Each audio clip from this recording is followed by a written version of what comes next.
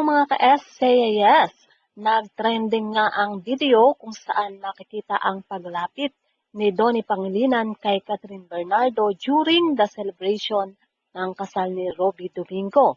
At nabigyan agad ng mali siya ang nasabing paglapit ni Donnie at pag-alok ng drinks kay Catherine. So para malinawan at wag nang madagdagan pa ang nasabing issue, ay nirepost ni Robbie Domingo sa kanyang Twitter post noong January 10 ang video kung saan makikitang masayang nagsasayaw si Catherine sa after party ng wedding reception. Ang dancing partner ni Catherine ay si Rose Fausto, isa sa ninang sa kasal ni Robbie at siyang original na nagmamay-ari ng post ng IG story na kasayaw si Catherine.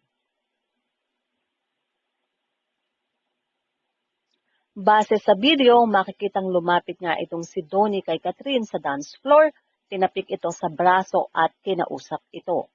Maya-maya ay lumayo rin si Donnie papuntang gilid ng dance floor kung saan naroon din ang isa pang celebrity wedding guest na si Joshua Garcia.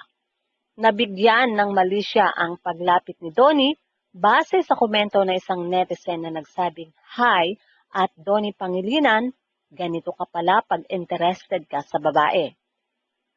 Naglagay ang netizen ng hashtag na #DonBell, ang tambalan ni Donnie at Bel Mariano.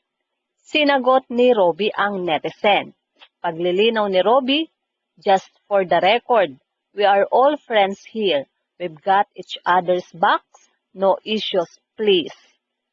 Yan nga ang pakiusap ni Robbie sa nagbibigay ng mali siya sa paglapit nitong si Donnie Pangilinan kay Catherine Bernardo at kung saan nga nag-trending ang nasabing video. Also being the groomsmen at Donnie and at Espanto 2001 help us out in taking care of all of the guests. So yun nga ang isa pang paliwanag nitong si Robbie na bilang groomsmen ay nag-a-assist nga itong si Donnie para naman i-entertain ang kaniyang mga guests. So mga ka-SCAS, yan nga po ang ating balitaan at ano ang masasabi nyo? Well, put your comment down below at syempre huwag kakalimutang mag-like, share, and subscribe.